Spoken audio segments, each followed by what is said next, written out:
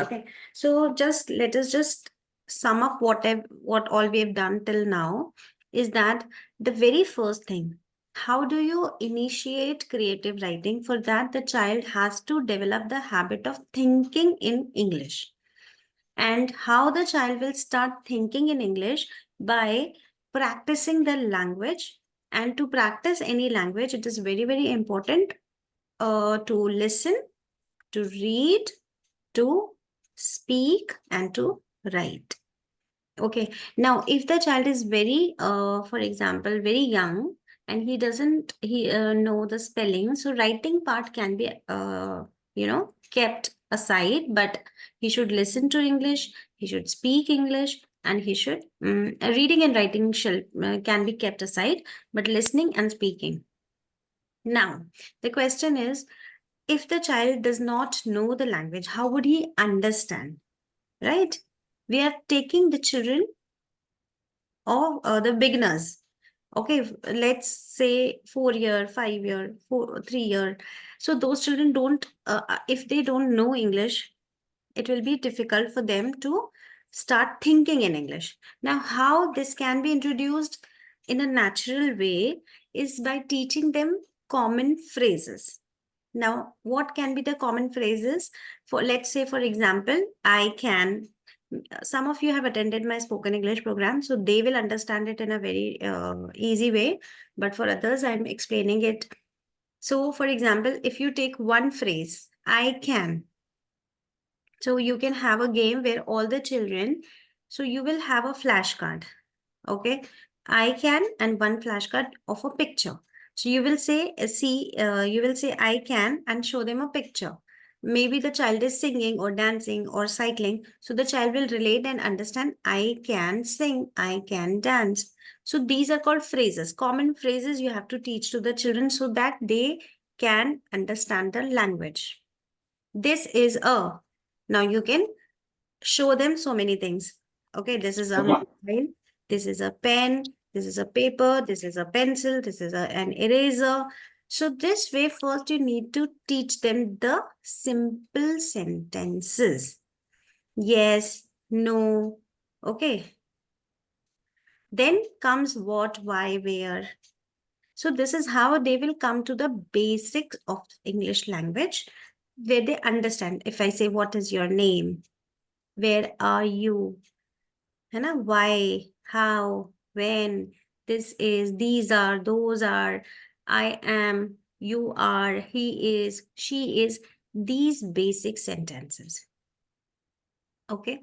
Then comes how you can go to the higher level, the next step. For an example, if your child can understand the basic sentences, all these, you can teach around 100 phrases like these. After that, you will do more question answer. Okay, like what can you see here in this room, in this classroom, what all you can say. So first step is basic sentence, then comes question answers. Okay, how are you? I am fine. Simple. Then their mind, acha, the most important point is you have to take it as means the child should have no other option than to speak in English. How that will be possible? Make them play game. Okay, let's play a game right now. All of you, please, can you keep your camera on for, so that we can play a game? Ma'am, I am out of. That's okay. No problem. So I can't do this. If possible, keep the camera on. Okay, so the game is we have to uh,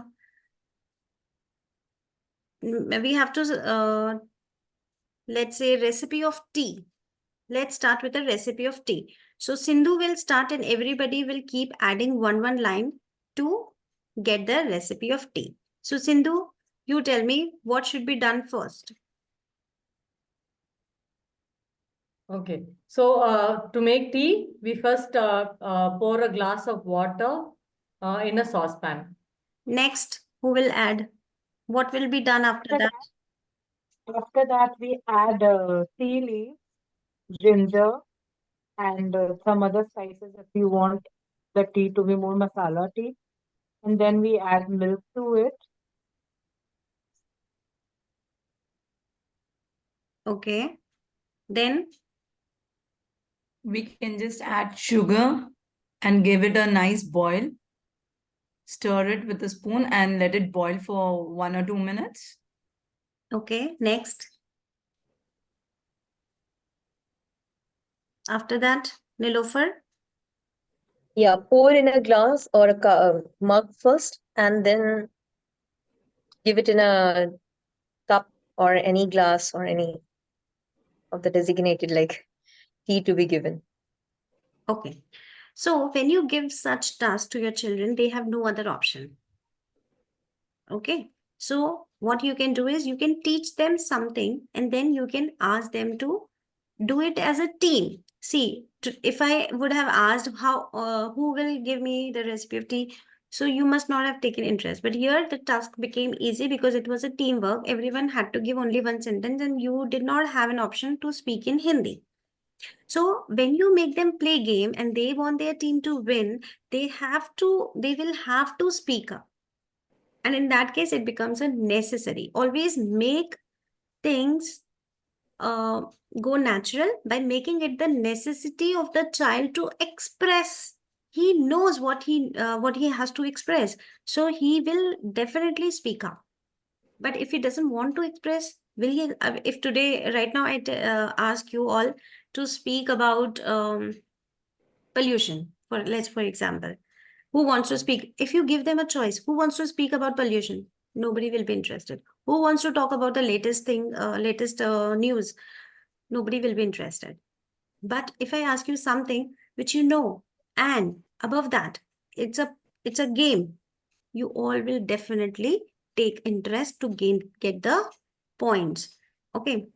Let's say, for example, we have to do paper folding, origami, where you have to make a ship, boat, and a paper boat. So now what will happen? You have divided two teams, one team and second team. Everyone has to now when you make them play game, you say them that you get point for English sentences only.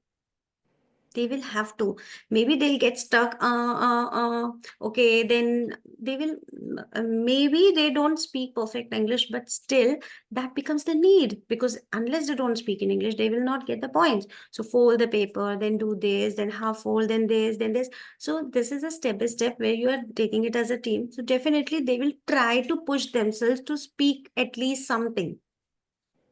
So first step is teaching them simple phrases. Then the second step is pushing them to speak up those simple sentences. We need to push them, otherwise they will not speak. Then we can think that now their mind is thinking in English. Now they've started thinking in English. Now we have to take them to the higher level. There comes the role of creative writing. Now, first thing which we did was storytelling. Okay. Why we did storytelling? Because it is something which the children enjoy, right? But they don't have enough words. They don't have strong vocabulary. So we sorted the whole task by dividing it into parts. Let's first take only the setting. Where is your story happening? What is the place? Let's talk about that place. So you are asking more and more questions about the setting. So if my team has to tell a story, okay, so I can answer in the minimum number of words by just saying village. My story is in village. Now, how the child will start thinking more? You keep asking, okay, how did it smell like? What sounds were coming there? Okay, what was the good thing about that village? What was the negative thing about that village? So these questions are pushing the child to speak those simple phrases. Got it? He knows those simple phrases, but he doesn't know that do I have to speak or not. To make it easy, we are pushing them by speaking, by asking them questions, which if he knows, he will answer. Was your village neat and tidy? He starts thinking. Was your village having roads? He starts thinking. Otherwise, if you don't ask, he will say village. Now you tell, okay, characters. So he knows, okay, there are two boys, so and so, Rohan and Rahul. Now, when you ask them question, Rohan, can you tell a little about Rohan? How is Rohan? Is he tall? He starts thinking. Before that, he was not thinking. Now you're giving option. Now these options are adjectives, describing words. Is he tall? Is he handsome? Is he thin? Is he fat? So he is able to think in his mind about his character. Is he fat? Is he tall? He's dark. You will have to help them out by asking questions about the character. Was he arrogant? Was he kind? Was he polite? You are helping the child to think. This is how you're going to help the child. Now, this link I will share with you all. So when you go to this page, after learning the basic phrases, what all we can do. So first thing is, as I told you, story starters, encourage your child to come up with their own stories by providing them with prompts. We have discussed 365 prompts that PDF I have shared, okay? Or story starters, like we will start this, like here I can start the story once upon a time. Now Nilofer will add, there was a talking animal. Then Madhu will add, in a fairway land there lived a wizard. Then the Radhika will add something. So this way we can develop the story by giving them a story starter. Okay. Or you can have your children draw and write. You can have your children draw a picture, then write a short story about what is happening. So from picture, you will ask questions in the picture, what is happening, who is doing what, why is he doing, why is not doing, why is he there, how is he cycling, how is he doing this, where. So questions, why, when, where, how, whose, which, everything you will ask. So the child will start thinking and will keep replying.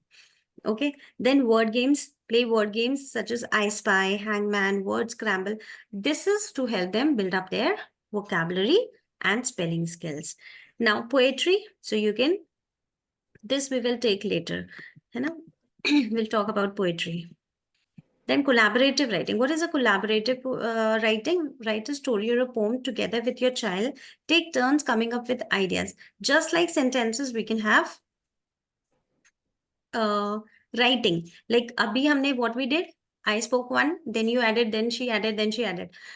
Instead of that, we can write also. I write one line, then second person write one line, then third person write one line. So writing, collaborative writing can also be done.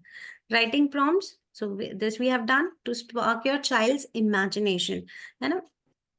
I've already given you 365 prompts. Then journaling. What is journaling? To write in a journal regularly, where they write diary writing. This can be a fun way to express their thoughts, feelings, and experiences. And again, this also I have shared with you, which we will discuss tomorrow in the next class. Then creating a character. You can ask the child to create a character. Means imaginative story, not the story which he has already heard about, but a new story. So then he will have to imagine a character.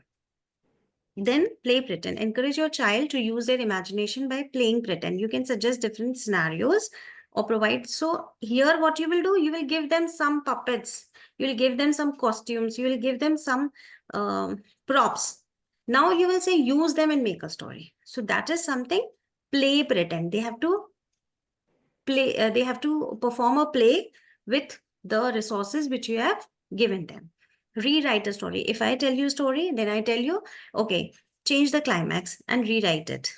So they can change the character, they can change any scene, they can change any situation and rewrite a favorite story or fairy tale with a different ending or new characters. This will help them to think creatively and develop their writing skills. Now, this all what we did was to generate the curiosity, to start thinking. So now the child is pushed to think. But what if it doesn't have words? He can think, but he cannot put it into words because he doesn't know. So to improve that, we teach them figure of speech. Now, what are figure of speech? There are different figure of speech. So first is simile. What is simile? A comparison using like or as. Her eyes are as blue as the ocean. Okay, he runs as fast as a cheetah. Why we are using these? Because they make the writing more effective. You feel it. If I say her eyes are bright, okay.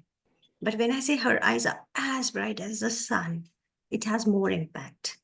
He runs as fast as cheetah. It adds more. The imaginations gets deepened. You can actually imagine him running fast like cheetah. So these figure of speech will help your child to write in a creative way. Where, what is creative writing? Or means writing, how you would judge a writing that is it more effective or not. If you can feel what is written, then it's a good writing. If you can actually feel what is happening. When we read novels, when we read stories, we actually start imagining. The more the depth is in the writing, the more we are able to imagine each and everything which is happening. We feel like it is happening around. That's an effective writing. For that, we need these words, these figure of speech. Okay. So first is simile, where you compare. It's a comparison. Okay, then comes metaphor. Now, what is a metaphor? Metaphor means a comparison that doesn't, it will not be written like or as. Instead of that, we are directly, he is a real teddy bear. So we are not saying he is like a teddy bear. We are saying he's a teddy bear. So that is called a metaphor. He's actually not a teddy bear, but we are saying he's a real teddy bear to give that impression that he's so much like a teddy bear that he's a teddy bear. Got it? Life is a journey. Enjoy the ride. So it's not a ride which you're enjoying, but we are saying life is a journey. Enjoy the ride. The world is a stage. So there's no stage, but it is like a stage rather than we are saying it is a stage and we are all actors. Time is money. So here there is we are not, when we don't use like and as and we directly write, that has even more impact. That means it's so much like that. It's almost that. Okay. Then comes hyperbole. That is an exaggeration used to emphasize a point. I'm so hungry, I could eat a horse. So this is an exaggeration. You're exaggerating to have that impact. I'm so hungry. Nobody will eat a horse. But why it's written? That shows the how much you are hungry, right? I have a million things to do today. You will not be doing million things. But you're writing million to give that impact that really you have so much to do, right? I've been waiting for ages. This bag weighs. So this is hyperbole. Then onomatopoeia. Onomatopoeia are the sounds. It can be a sound of a person, animal, thing, okay, object. Clock goes tick tock, tick tock. When you say tick tock, tick tock, you can actually feel, right? Woof, woof, you can feel. Meow, you can feel. So even these words, these sounds are a part of creative writing because you can actually feel that sound. I can simply say the clock is making a noise, but when I say tick tock, tick tock, tick tock, you can actually hear that. Okay, and many a times there's a particular word for a particular animal, right? Like dog woofs or the dog barks, but we cannot say the snake barks. For snake, it is hiss only. The snake hisses. Okay. Then comes alliteration. Alliteration, repeating the same sound at the beginning of words, right? So you have Peter Piper picked a pepper of pickled peppers. So Sally sells seashell by the seashore. Big brown bears bask in the sun. Sammy, first sound is the same. So this also helps them to imagine and write creatively. Okay, so all these are alliteration. First sound is same. So this can be done as a game where we can help them think more, imagine more, and come up with silly sentences. This can be done as a silly sentence activity. Someone has written, can we teach them to younger kids? See, you will have to pick up the simplest, easy examples from these without telling them the name. Don't teach them this is simile, this is a hyperbole. Give them 5 examples, as, white, as, so the children will learn. Okay, this figure of speech, if you want to tell them the terminology, that has to be done only with the senior kids, right? Personification, you you give human qualities to non-human things. Wind whispered. Now, wind is a non-living thing, but you wrote whispered to give it a human touch. The sun smiled. Okay, the flowers danced. Then idioms, we all know, muhavre. So they have, the literal meaning is different. So the more idioms you teach them, the more idioms you speak in your daily life, that shows good command on the language, right? Okay. So this page I'll share with you all. Okay. Ma'am, can we like use like maybe if we have time, can we give like